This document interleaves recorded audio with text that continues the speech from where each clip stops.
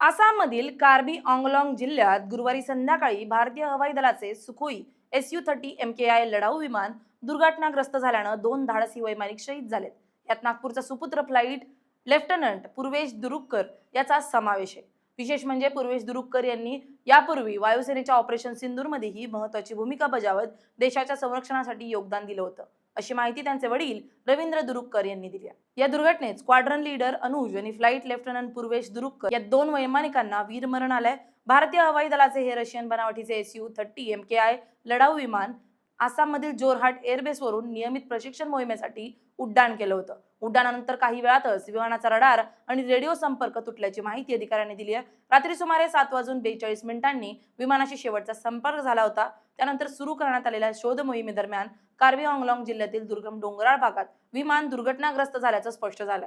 अपघात स्थळ हे जोरहाट पासून सुमारे 60 किलोमीटर अंतरावर असल्याचं सांगण्यात आलंय. दरम्यान शहीद पूर्वेश दुरुककर यांचे वडील रवींद्र दुरुककर यांनी माध्यमांशी बोलताना मुलाच्या कार्याबद्दल अभिमान व्यक्त केलाय. पूर्वेशने ऑपरेशन सिंदूरमध्येही वायुसेनेच्या विमानातून देशाच्या संरक्षणासाठी मोठी भूमिका बजावली होती. मात्र देशाच्या सुरक्षेच्या कारणास्तव तो अनेक गोष्टी आम्हाला सांगत नसे. त्याच्या कामाबद्दल मी जास्त काही सांगू शकत नाही. त्याच्या जाण्यानं नक्कीच दुःख झालंय, पण त्याचबरोबर आम्हाला प्रचंड अभिमानही आहे, असं ते भावुक होत म्हणाले. जवळपास 15-20 मिनिटानंतर ग्रुप कॅप्टन साहेबांचा फोन आला आणि त्यांनी सांगितलं की Purvesh is no more.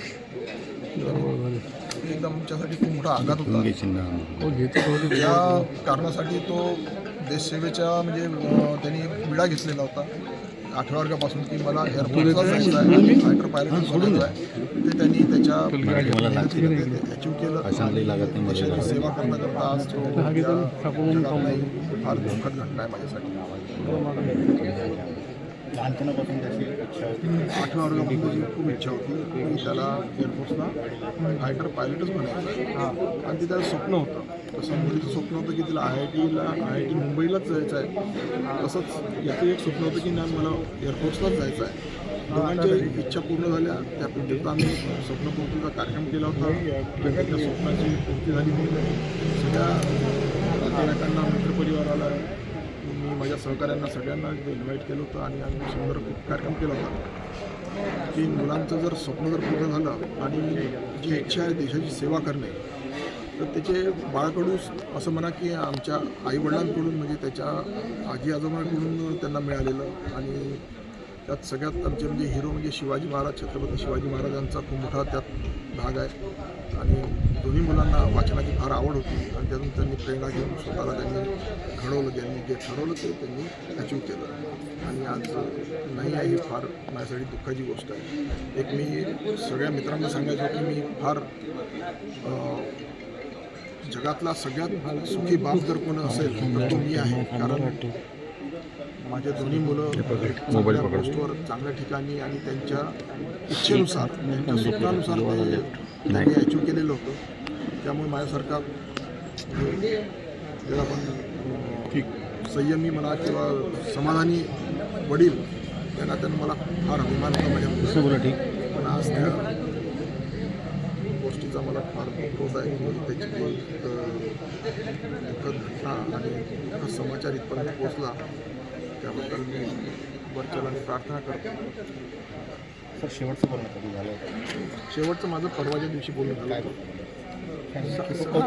Totally आमचं जे ग्रुप डिस्कशन ग्रुप चालायचा व्हॉट्सअपवर, ग्रुपमध्ये आम्ही बोलायचो जावई आम्ही सगळ्यांना त्यात आपल्या नेहमीच्या रुटीन गोष्टी बोलायचं.